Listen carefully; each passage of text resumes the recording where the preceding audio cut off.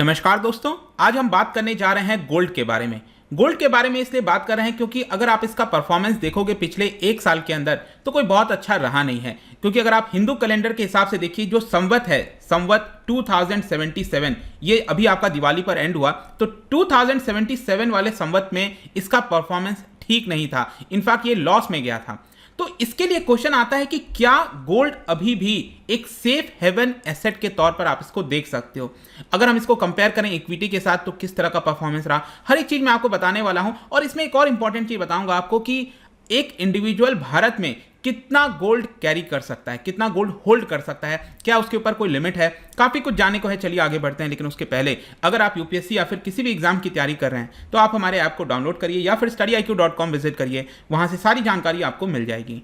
तो चलिए देखते हैं एग्जैक्टली यहाँ पर हम डिस्कशन क्या करने जा रहे हैं। सबसे पहले जैसा मैंने आपको बताया कि संवत 2077, आपको पता होगा गुजरात में भी जो दिवाली का अगला दिन होता है तो हैप्पी न्यू ईयर के तौर पर मनाया जाता है। तो 2077 जो संवत है वो आपका दिवाली के तक एंड हो गया और अब हम एंटर कर चुके हैं 2078 में। तो 2077 वाले संवत में जो गोल्ड का परफॉर्मेंस है काफी खराब रहा है। Despite its reputation as safe haven, यहां पर ये हमें देखने को मिल रहा है।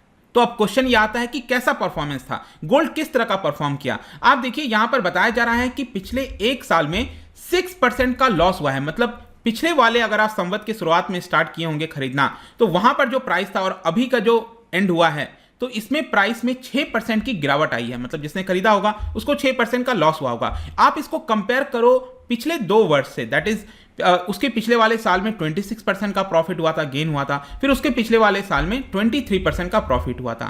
तो ये तो आपका इंटरनेशनल गोल्ड प्राइस हो गया। सेम उसी प्रकार से इंडियन मार्केट में भी जो गोल्ड का प्राइस है वो भी 6% के हिसाब से गिरा है और बताया जा रहा है कि it is the biggest decline in 7 years as per Samvat calendar. In fact आप देख सकते हो, अगर आप इसको कंपेयर करिए सेंसेक्स के साथ, सेंसेक्स में अगर आप देखोगे तो यहां पर संवत 2073 से 17% का गेन, 74 में 8% का गेन, 75 में 12%, फिर 11% और 2077 वाले संवत में तो आपको पता ही है भयंकर गेन हुआ था। मतलब कि जो कोविड वाला पैंडेमिक के बाद जिस तरह से राइज हुआ था मार्केट, तो यहां पर 37% का आपको राइज देखने को मिलेगा। तो यहां पर इक्विटी मार्केट में जो स्टॉक मार्केट है वहां पर इतना प्रॉफिट हो रहा है, लेकिन दूसरी तरफ आप यहां पर गोल्ड को ट्रैक करने की कोशिश करिए। इनफैक्ट ये पिछले 20 वर्ष का दिखा रहा है। यहां पर चार्ट अगर आप ध्यान से देखोगे तो आपको एक रिलेशन समझ में आना चाहिए कि जब भी इकोनॉमी के अंदर डाउनफॉल होता है, रिसेशन होता है, तो गोल्ड का प्राइस आपको उस समय बेहतर देखने को मिलेगा क्योंकि सेफ हेवन की तरह माना, सेफ एसेट की तरह माना जाता है, राइट। तो आप देखिए यहां पर 2009 के समय, 2008-9 के समय जो रिसेशन आया था उसके बाद से आप देख सकते हो कि यहां पर आपको गोल्ड की प्राइस बढ़ रही है क्योंकि लोग अपना पैसा जो है वो गोल्ड में लगाना स्टार्ट कर देते हैं क्योंकि एक प्रकार से सेफ माना जाता है ये, क्योंकि इक्विटी वगैरह में स्टॉक मार्केट गिर रहे हैं दूसरी तरफ तो गोल्ड के प्राइस बढ़ रहा है। तो ये चीज आपको 2008 के बाद से 9 के बाद से ये देखने को मिलेगा।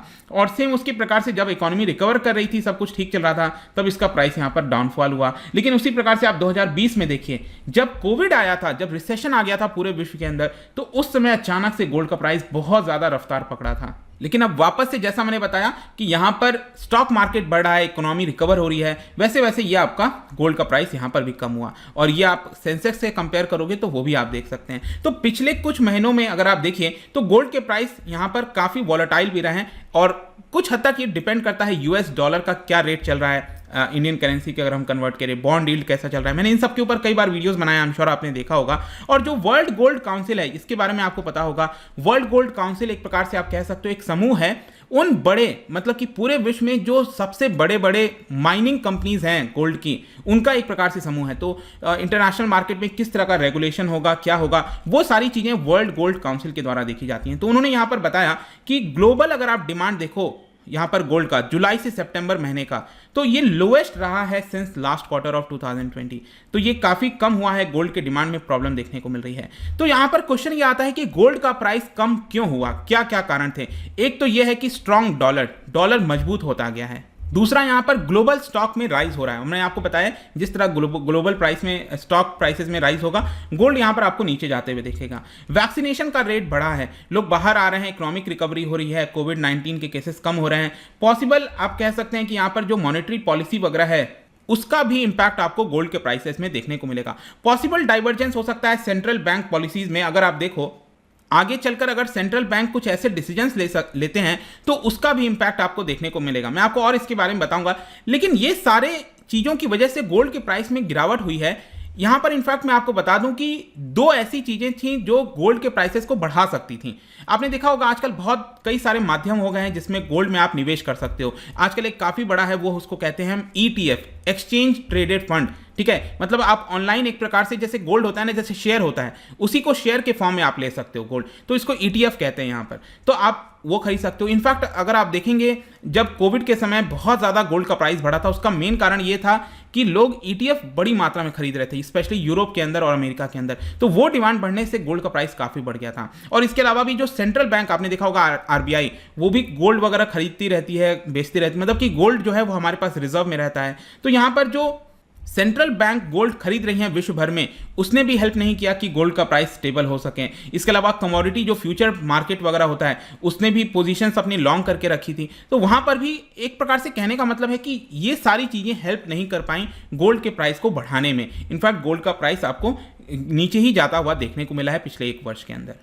इसके अलावा आपके मन में एक और क्वेश्चन आ सकता है कि ज्वेलरी को लेकर क्या डिमांड है, क्योंकि ज्वेलरी अगर हम देखें तो यहाँ पर गोल्ड का काफी इस्तेमाल होता है ज्वेलरी में। तो यहाँ पर बताया जा रहा है कि भारत की अगर हम बात करें तो भारत को में तो आपको पता ही है, भारत के लोग और ज्वेलरी जो है स्पेशली शादी वगैरह, मतलब बहुत ज्यादा प्रेम है, मतलब आई डोंट नो, लाइक काफी खरीदते हैं यहाँ पर गोल्ड वगैरह को। तो लोअर प्राइसेस होने की वजह से और जैसे जैसे इकोनॉमिक रिकवरी, मतलब लोग खुले हैं, तो जाकर ज्वेलरी जरूर खरीदा गया है। अब वर्ल्ड गोल्ड काउंसिल का भी यही बयान आया था कि भारत के अंदर जो ओवरऑल गोल्ड डिमांड है वो 139 टन हो गया, मतलब 47% का जंप आया है। लेकिन अगर आप ज्वेलरी की डिमांड देखोगे तो उसमें 58% का जंप आया है। मतलब कि गोल्ड, ओवरऑल गोल्ड की डिमांड से कहीं ज्यादा जो जंप है वो आपको ज्वेलरी की डिमांड में देखने को मिलेगा।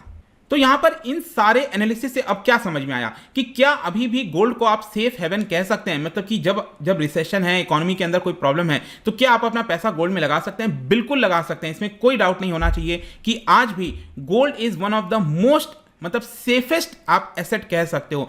इनफैक्ट मैं तो ये कहूंगा कि अगर आपका कोई पैसा, मतलब कि अगर सपोज आप 100 रुपए निवेश कर रहे हैं कहीं पर, तो हमेशा आप इंश्योर करना कि 10 से 15%, एटलीस्ट 10 से 15% पैसा आप निवेश जो है वो गोल्ड के अंदर करिए। ये हमेशा आपको एक सिक्योरिटी देगा, लिक्विडिटी आपको प्रोवाइड करेगा। कभी भी कोई प्रॉब्लम आ गया तो आप कभी भी बेच के पैसा ले सकते हैं। तो गोल्ड एक बहुत ही अच्छा निवेश होता है। और अभी भी इनफैक्ट भले ही आप कह सकते हैं 2077 संवत में यहाँ पर उसका परफॉर्मेंस ठीक नहीं रहा, लेकिन आगे आने वाले सिनेरियो में यू नेवर नो कि कब मार्केट गिर जाए, फिर कब कोरोना वायरस आ जाए, तो ये तो अनप्रेडिक्टेबल चीज होती है, राइट। तो वो सारी चीजें अगर आप देखोगे तो यहां पर गोल्ड में निवेश डेफिनेटली करना चाहिए, सेफ हेवन अभी भी है। लेकिन इसका जो प्राइस है वो काफी हद तक आप कह सकते हैं इन्फ्लेशन के ऊपर भी डिपेंड करता है। Inflation usually drives gold demand. जितना ज्यादा इन्फ्लेशन होगा उस हिसाब से यहां पर लोग अपना हेज करते हैं, मतलब कि इन्फ्लेशन बढ़ रहा है तो लोग अपना पैसा कहीं ना कहीं गोल्ड की तरफ निवेश करते हैं ताकि उनका सिक्योर रहे पैसा। इसके अलावा gold price will react to any change in interest rate.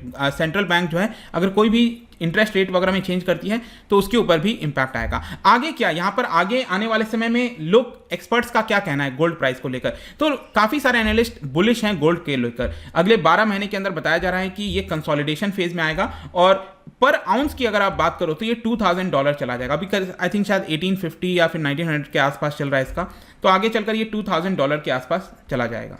In fact ये भी बोला गया है कि नेक्स्ट जो न्यू लाइफ टाइम हाई है वो भी अचीव कर सकता है। यहां पर डोमेस्टिकली अगर आप देखो भारत के अंदर तो बताया जा रहा है कि 10 ग्राम की कीमत जो है अगले 12 महीने में ये 52,000 से 53,000 हो सकती है। एक और जो दूसरे एंजल वन है उनका कहना है कि 54,000 हो सकती है। तो ये सारे आपको देखने को मिलेंगे, लेकिन एक सपोर्ट भी है 42,000 लेवल पर। अगर नीचे जाता भी है तो मैक्सिमम 42,000 के आसपास तक ये जा सकता है। तो दोनों तरफ यहां पर आपको चीजें देखने को मिलेगी। लेकिन यहां पर मैं इस वीडियो में सिर्फ यही नहीं, एक बहुत ही इंपॉर्टेंट और चीज बताऊंगा आपको। कई लोगों के मन में डाउट होता है कि क्या वो गोल्ड को कितना ओन कर सकते हैं, कितने लिमिट तक ओन कर सकते हैं। देखिए, इसके लिए भारत सरकार 1968 में एक एक्ट लेकर आई थी, गोल्ड कंट्रोल एक्ट। इसके तहत यहां पर लोगों के ऊपर पाबंदी लगा दी गई थी कि आप एक सर्टेन क्वांटिटी से ज्यादा गोल्ड को ओन नहीं कर सकते। लेकिन आगे चलकर जून 1990 में सरकार ने ये वाला जो कंट्रोल है, ये वाला जो ऑब्लिगेशन है क्वांटिटी का, वो हटा दिया था। इसका मतलब यह हुआ कि आज के डेट में आपके ऊपर कोई ऑब्लिगेशन नहीं है, आप जितना क्वांटिटी चाहो अपने पास रख सकते हो। जाहिर सी बात है वो सही पैसा होना चाहिए,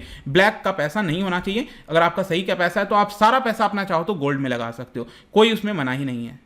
लेकिन इसमें क्या हो रहा था ना, ये सारी जब चीजें हुई थी तो जो इनकम टैक्स डिपार्टमेंट है, central board of direct taxes वगैरह, उन्होंने ये पाया कि जो ऑफिसर्स हैं वो लोगों के गोल्ड जब सीज करते हैं, रेड वगैरह होती है तो गोल्ड ऑर्नामेंट्स ज्वेलरी को यहां पर सीज कर लिया जाता है। तो यहां पर central board of direct taxes ने 1994 में एक नोटिफिकेशन जारी किया और ये कह दिया सभी ऑफिसर से कि अगर किसी पर्सन के पास एक लिमिट तक गोल्ड है तो आप उसको सीज नहीं करोगे। मैं आपको इसका भी नियम बता देता हूं। यहां पर यह बोला गया है कि अगर कोई महिला, मतलब ये पुरुष और महिला के बेसिस पर डिवाइड किया गया है, और आप मैरिड हो कि नहीं हो, तो अगर कोई महिला मैरिड है तो वो 500 ग्राम तक अगर उसके पास ज्वेलरी है, गोल्ड है, ऑर्नामेंट्स हैं, तो ऑफिशियल उसके गोल्ड को सीज नहीं करेंगे। अगर 500 ग्राम से ज्यादा है तभी कर सकते हैं। इसके अलावा यहां पर जो अनमैरिड महिलाएं हैं उनके पास 250 ग्राम तक गोल्ड है, ऑर्नामेंट है, तब भी उनके ऊपर कोई भी सीज नहीं करेगा। और पुरुषों के ऊपर जो लिमिट है वो कम है, क्योंकि जाहिर सी बात है ऑर्नामेंट ज्वेलरी वगैरह ज़्यादा महिलाएं उसको पसंद करती हैं। तो पुरुषों के ऊपर ये 100 ग्राम है, भले ही आप मैरिड हो अनमैरिड हो, डजंट मैटर। यहाँ पर 100 ग्राम तक गोल्ड है तब वो इनकम टैक्स डिपार्टमेंट उसको सीज नहीं करेगी।